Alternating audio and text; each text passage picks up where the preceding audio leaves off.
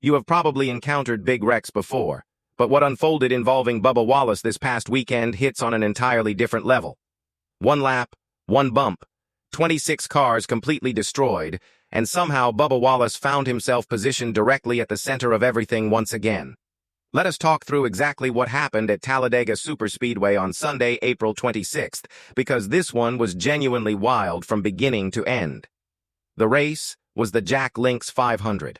And Bubba Wallace was actually leading the entire field during the early portion of Stage 2. He was piloting the number 23 Toyota for 23XI Racing, the organization jointly owned by Michael Jordan and Denny Hamlin. Things were looking genuinely promising for his afternoon. Then lap 115 arrived and changed everything. Wallace was commanding the front when Ross Chastain, driving the number 1 Chevrolet for Trackhouse Racing, came up on his rear bumper at the conclusion of the back straightaway. Chastain made contact with the back of Wallace's car. The bump itself did not even appear particularly forceful on the broadcast, but Wallace's Toyota immediately went loose underneath him, swung violently sideways, and slid directly up into the outside safer barrier.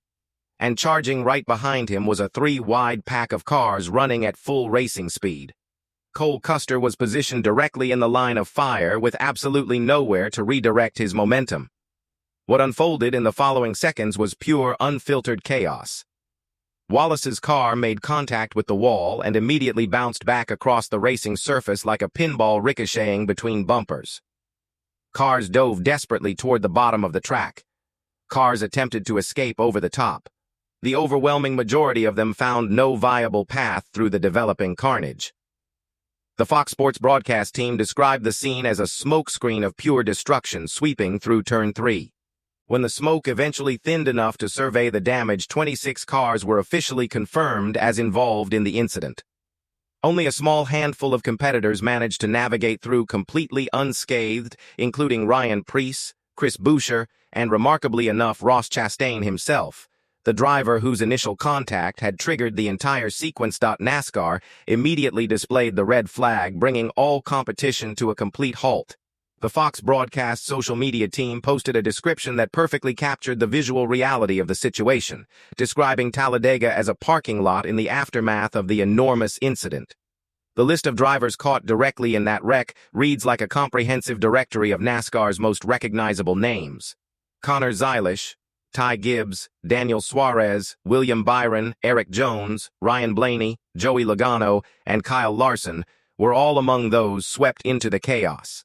Multiple drivers were transported to the infield care center for evaluation, but remarkably everyone emerged without serious physical injury, which, given the scale of the destruction, represents something genuinely fortunate. And in the middle of all that surrounding carnage, Carson Hocevar somehow threaded his car through the entire disaster zone and subsequently drove to the finish line ahead of Chris Buescher to claim the victory. That result represented Hocevar's very first career NASCAR Cup Series win. Quite a way to write your name into the record books for the first time, but returning to Wallace and what happened immediately after the incident. The moment his car finally came to rest, his team radio became extraordinarily active. According to journalist Matt Weaver, Wallace's very first transmitted words were a direct and unambiguous statement that he had been wrecked. The identity of the driver he was referencing required no clarification whatsoever given the circumstances. Then his spotter Freddie Kraft came over the frequency, and reporter Richard Allen of Motorsports Report shared the exchange publicly afterward.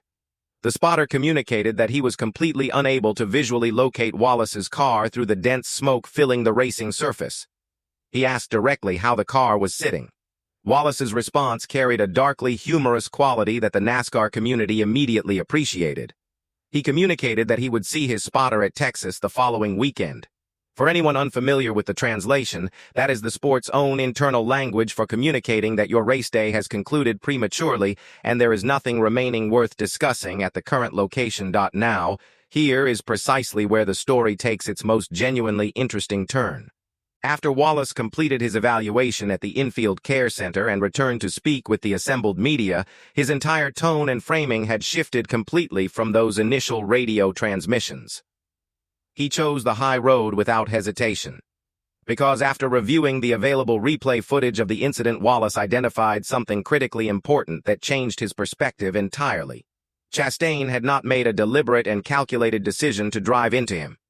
Chastain himself had been receiving a push from the cars stacked up immediately behind his position and had limited control over the resulting contact. So Wallace stopped directing blame outward and redirected his focus entirely inward toward what his own team could learn and improve. Speaking directly on the Fox Sports broadcast, Wallace expressed his frustration about having nothing tangible to show for the opening stage of the race, despite working through various strategic adjustments throughout that period. He communicated genuine disappointment about the outcome, specifically referencing the impact on his Xfinity sponsor and the collective effort his entire team had invested in preparing for the weekend. He acknowledged the 2 DNF results now sitting on his 2026 record and described the situation honestly as a genuine disappointment that the team needed to collectively address and move past. Then he delivered the specific statement that generated the most significant reaction across the entire fan base. He stated that his team needed to identify ways to improve how his Toyota handles when receiving pushes from behind in pack racing situations. He accepted personal and organizational responsibility for that area of development openly and without deflection, committed to a thorough debrief process, and expressed optimism about finding solutions before closing with an upbeat reference to competing at Texas the following weekend. That represents a dramatic and significant shift in framing from the initial "he wrecked me" radio transmission to publicly accepting organizational responsibility in front of the cameras. Fans across every platform immediately took notice of that contrast. A substantial portion of the fan base directed blame squarely at Wallace, regardless of his public response. The core argument being constructed went as follows. The initial contact from Chastain may not be entirely Wallace's fault in isolation. But perhaps his car was configured with too much handling looseness for the conditions. Perhaps a bump of that particular force and angle simply should not have been sufficient to send a lead car spinning sideways into the outside barrier at those speeds. That argument carries genuine technical merit, and Wallace's own team acknowledged they are not dismissing that criticism without serious internal examination. But here is where the conversation expands well beyond the specific interaction between Wallace and Chastain into something considerably more significant for the entire sport. A meaningful number of drivers are publicly stating that the fundamental problem is the next-gen car itself rather than any individual driver's decisions or setup choices. The car becomes genuinely and dangerously unstable when competitors push each other through close-pack racing situations at superspeedway facilities. Ryan Blaney emerged as one of the most vocal advocates for immediate and substantial changes to the package. He described the racing experience as drivers essentially running completely over one another without sufficient mechanical tools to avoid the inevitable consequences.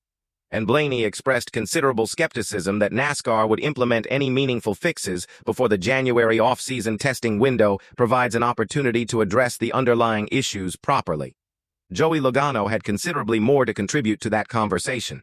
He was running just 2 cars behind Wallace's position when the incident initiated and the destruction swept rearward through the field. Logano explained to reporters that cars above him in the running order simply began wrecking and his only available option was driving as low as he could possibly position his car in an attempt to find any viable escape route through the developing chaos. He acknowledged that every driver around him was attempting the identical survival strategy simultaneously, which contributed to the compounding nature of the incident. Then Logano identified what he believes represents the fundamental mechanical root cause of the entire problem. He pointed directly to the round bumper design incorporated into the current generation car. Cars carrying round bumpers cannot push each other cleanly and predictably in the way flat-surfaced bumpers historically allowed. When 2 curved surfaces make contact under racing conditions, the resulting force vectors are completely unpredictable. He compared the dynamic to 2 basketballs being pressed against each other and released. The direction either sphere travels afterward cannot be reliably predicted or controlled. His conclusion was straightforward and unambiguous. Until NASCAR addresses that specific design element, the sport will continue producing these catastrophic superspeedway incidents with uncomfortable regularity. And layered on top of everything else, NASCAR also drew criticism during the race for an officiating inconsistency that left Denny Hamlin particularly frustrated. The sanctioning body issued a wave around to Zane Smith during the race, but subsequently declined to extend the same treatment to Hamlin under circumstances that appeared comparable to many observers. Hamlin made no effort to conceal his dissatisfaction with that inconsistency in his post-race media availability. Now let us step back and examine the broader 2026 season context for Bubba Wallace, because the Talladega situation exists within a larger and more concerning pattern that has been developing throughout the year. While Wallace has been navigating these difficulties, his 23XI racing teammate Tyler Reddick has been delivering one of the most historically dominant individual seasons the sport has witnessed in decades. Reddick already carries 5 race victories on his 2026 record. The 23XI racing organization as a whole is operating at an exceptionally high level and generating consistent results across both of their primary entries. Wallace, by contrast, has accumulated 5 top 10 results, but has cracked the top 5 on just a single occasion, and he has openly acknowledged in public that something meaningful is still missing from his program despite the infrastructure and resources surrounding him. Wallace addressed the gap between his results and his teammates' performance with refreshing and sometimes painful honesty. He described the experience of watching Reddick pass him during a race after he had climbed as high as 3rd position in the running order. He characterized the moment of being overtaken by his own teammate as watching someone drive past him as though his car was sitting stationary on jack stands. That specific imagery communicated the performance differential between the two drivers more vividly than any statistical comparison could manage. He continued by acknowledging that something remains missing in his program, while simultaneously expressing genuine pride in being part of an organization producing such exceptional collective results.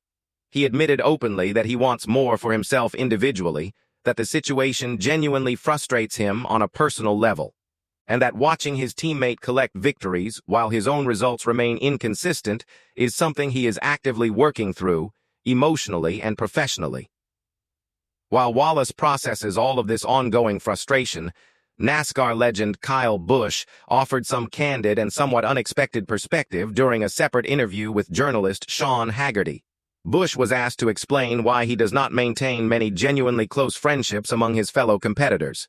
He described the NASCAR touring community as essentially a traveling circus, or alternatively a traveling trailer park depending on the specific characterization one prefers, referencing the reality that the same group of people occupies the same motorhome lot at tracks across the country every single weekend throughout the long racing calendar. He observed that the friendships that do exist among drivers typically trace back to shared racing experiences from their developmental years coming up through the sport together. So where exactly does Bubba Wallace go from this point forward in his 2026 season? He currently sits 12th in the overall Cup Series championship standings. 2 DNF results are already recorded on his season ledger, which represents territory no competitive driver wants to occupy at any point in a championship campaign. Following the Texas race on his upcoming schedule, he heads to Watkins Glen International, a facility where he expressed cautious optimism during his media session. He indicated that road courses are not typically the first tracks he circles on the calendar with eager anticipation, describing Watkins Glen specifically as a fast and technically demanding challenge following its repaving. But he then recalled finishing 8th at that same facility the previous season, acknowledging that the reminder actually provided a genuine boost of confidence about his prospects there. He is hunting his first victory of the 2026 season and his first career win at the Glen specifically. And following everything that unfolded at Talladega on Sunday, Wallace understands with complete clarity that the pressure building on his shoulders with each successive weekend is not getting any lighter anytime soon.